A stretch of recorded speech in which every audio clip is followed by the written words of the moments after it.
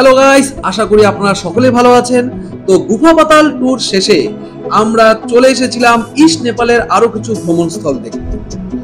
মিরিক থেকে আপনারা গোপালধারা হয়ে গুফা পাতাল ভিউ পয়েন্টে এসে পৌঁছে যান।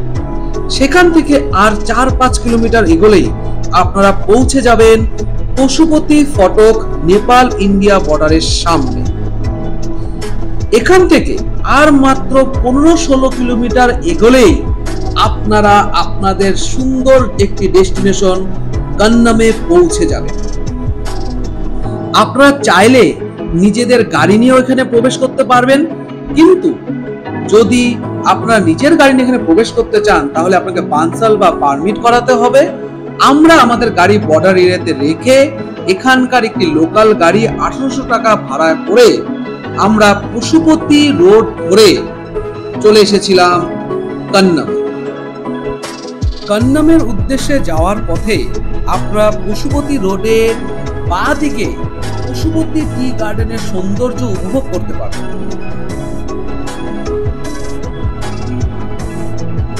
ইলাম ডিস্ট্রিক্টে অবস্থিত কান্নামের এই ভিউ পয়েন্ট থেকে আর মাত্র 2 কিলোমিটার এগোলেই আপনারা এই দোকান বা রেস্টুরেন্টের সামনে এসে দাঁড়িয়ে পড়ুন। দোকানের পাশ দিয়েই আপনারা চলে আসুন স্কাই ওয়াকের অ্যাডভেঞ্চার করতে। এই স্কাই ওয়াকের জায়গাটি অতটা বড় না হলেও এতটা উচ্চতায় মোটামুটি আছে যেখান থেকে আপনাদের মনে একটা শিহরণ উঠে আসে।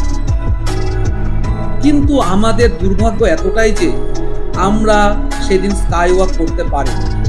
প্রথম কারণ ঘন কুয়াশা, ও দ্বিতীয় কারণ টুরিস্ট একটু এখানে কম ছিল।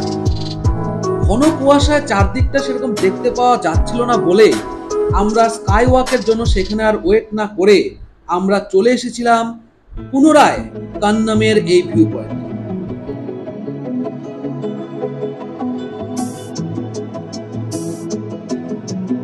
কান্নাম ভিউ পয়েন্টে প্রবেশের মুখেই আপনারা ভিআর গেম অর্থাৎ ভার্চুয়াল রিয়েলিটি গেমের ব্যবস্থা দেখতে পারবেন।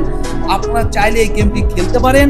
আপনাদের মাথায় এরকম একটি হেডসেট পরিয়ে দেওয়া হবে এবং তারপর আপনারা এক অন্য জগতে চলে যাবেন।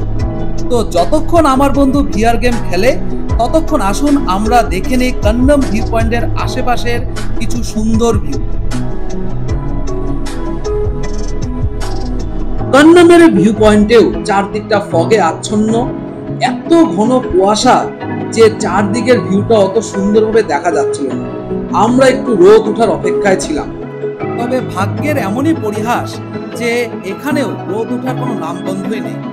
তো কান্নাম ভিউ পয়েন্টের নিচের দিকে কিছু ছোট বড় হোমস্টে আছে, আপনারা চাইলে সেখানে থাকতে পারেন এবং এখানকার রাত্রিকালীন সৌন্দর্য উপভোগ করতে পারেন।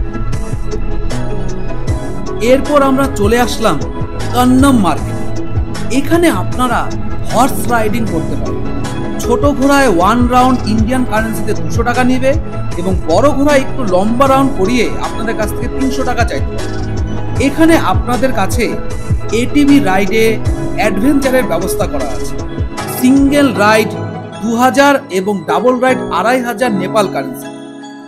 ইন্ডিয়ান কারেন্সিতে ডাবল রাইড 1570 টাকার মতো।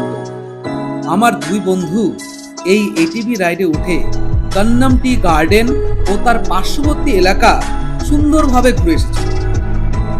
এটিভি রাইড করার সময় আপনার সামনে একজন অবশ্যই গাইড থাকবে, তাই চিন্তার কোনো কারণ নেই। আপনারা যদি কান্নামে আসেন তো এখানে এই এটিভি রাইডের দ্বারা অ্যাডভেঞ্চার করতে কিন্তু ভুলবেন। কিন্তু আমি কিন্তু এটিভি রাইড করিনি, কেন তাহলে ভিডিও বানাবে কে? তাই কিছু কিছু ক্ষেত্রে স্যাক্রিফাইস করতে হয়, তাই এই ডাবল রাইডের ক্ষেত্রে স্যাক্রিফাইসটা আমিই করলাম।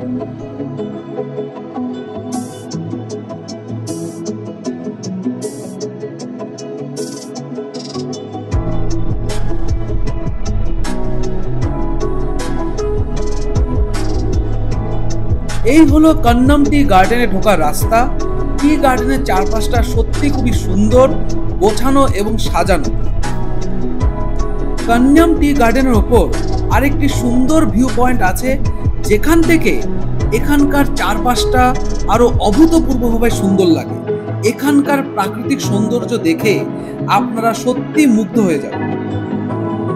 কান্নাম ছাড়ার আগে ড্রাইভার দা নেপাল কারেন্সির একটি 10 টাকার নোট আমায় গিফট করে। নোটটি আমি রেখে দিয়েছি। সো থ্যাঙ্কস টু ড্রাইভার দা। কান্নাম থেকে ফেরার পথে আপনারা পশুপতি নগরের এই বৌদ্ধ মঠে প্রবেশ করতে কখনো ভুলবেন না। এই মঠে প্রবেশ করে আপনারা এক অপার শান্তি অনুভব করবেন।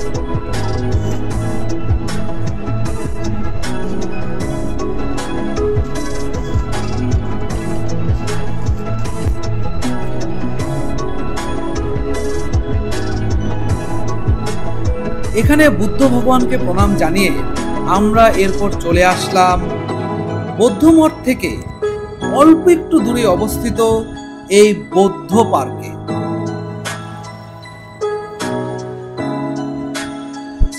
এই হলো পশুপতি টি গার্ডেন। আর পশুপতি টি গার্ডেন এবং এই বৌদ্ধ পার্কের সাথে লাগোয়া যে আপনারা এই বৃষ্টি দেখতে পাচ্ছেন, এই বৃষ্টির নাম হিন্দু ব্রিজ। প্রকৃতির সাথে ভগবানের এক যোগ সাধনের মাধ্যম স্বরূপ এই বৃষ্টি এখানে প্রতিস্থাপিত করা হয়। সো বন্ধুরা, কান্যাম, যাকে কুইন অফ ইস্ট নেপালও বলা হয়, এবং তার পার্শ্ববর্তী জায়গাগুলি আপনাদের কেমন লাগলো অবশ্যই কমেন্ট বক্সে কমেন্ট করে জানাবেন। আমার ভিডিওগুলো যদি আপনাদের ভালো লেগে থাকে এবং এরকম যদি আরো সুন্দর সুন্দর ভ্রমণস্থল দেখতে চান, তো আমায় আপনারা ফেসবুকে রামপ্রসাদ কর্মকার নামে সার্চ করুন এবং ইউটিউবে আমার র্যাম্বোস ওয়ার্ল্ড 2238 নামের ট্রাভেল ব্লগ চ্যানেলটি প্লিজ সবাই সাবস্ক্রাইব করুন। সকলে সুস্থ থাকুন, ভালো থাকুন। দেখা হবে আবার নতুন কোনো এক ডেস্টিনেশন নিয়ে। ধন্যবাদ।